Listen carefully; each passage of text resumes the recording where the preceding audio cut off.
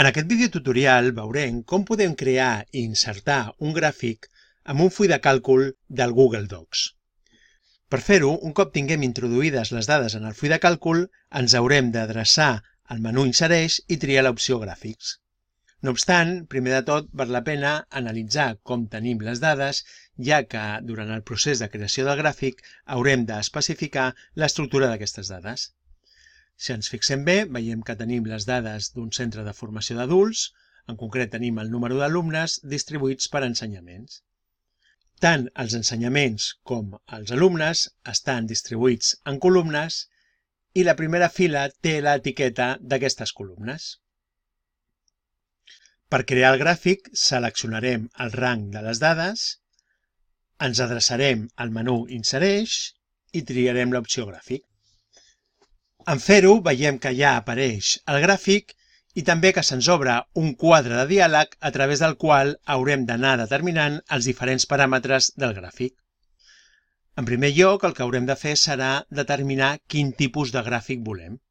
Per fer-ho, ens adrecem a l'opció Tipus de gràfic i en desplegar-lo veiem que ja ens suggereix uns determinats gràfics en funció del tipus de dades que tenim seleccionades, però que a la part inferior veiem que hi ha molts altres tipus de gràfics. En aquest cas, voldrem crear un gràfic de diagrama de sectors, per tant triem l'opció circular i en fer-hi clic veiem que efectivament ja se'ns mostra el gràfic de sectors. A partir d'aquí podem anar modificant tota una sèrie d'elements. En primer de tot és interessant assegurar-nos que tenim les dades ben seleccionades. Veiem que efectivament la fila 4 les utilitza com a capçalera i que la primera columna la utilitza com a etiquetes. També podem modificar altres aspectes, com per exemple l'interval de dades on tenim les dades. En aquest cas, com que ja és correcte, podem deixar l'interval que havíem seleccionat prèviament i també podem modificar el rang on es troben les etiquetes i on es troben els alumnes. Un cop ja ens hem assegurat que les dades són correctes, podem adreçar-nos a l'apartat Personalitzar i seguir modificant tota una sèrie d'elements. Veiem, per exemple, que tenim en primer lloc l'estil de gràfic. Fem clic al desplegable i veiem que podem modificar diferents elements, com per exemple el color de fons. Un altre element que podem modificar és el tipus de lletra. En aquest cas triarem verdana.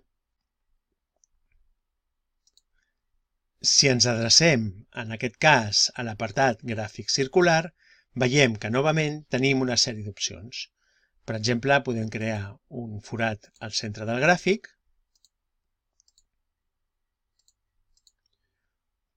podem posar una vora al gràfic i als diferents sectors, podem incloure diferents etiquetes a cada sector, per exemple, en aquest cas, introduirem els percentatges,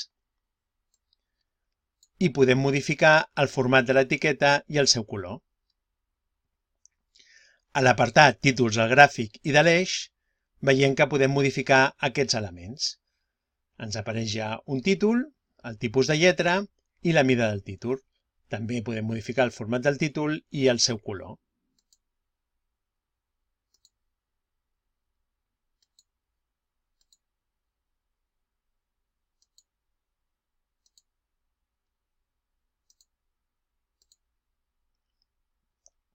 A l'apartat Sèrie veiem que podem triar els diferents sectors i modificar-ne el color.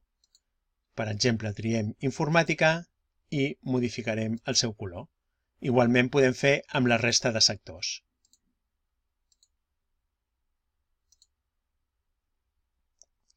I finalment, a l'apartat de llegenda podem determinar diferents paràmetres relacionats amb aquest element. En primer lloc, podem establir una llegenda a la part superior o en qualsevol altra posició. Podem modificar-ne el tipus de lletra, la seva mida, el color del text i el format del text. Un cop ja hem modificat tots els elements del gràfic, tanquem l'editor de gràfics i veiem que el gràfic ja queda inserit en el full de càlcul. No obstant, si seleccionem el gràfic i ens situem al damunt dels punts que hi ha a la part superior dreta i fem clic, veiem que se'ns obre un quadre de diàleg a través del qual podem tornar a obrir a l'editor de gràfic, podem eliminar el gràfic, desar-lo com a imatge, copiar-lo, moure'l a un altre full, etc. I això és tot.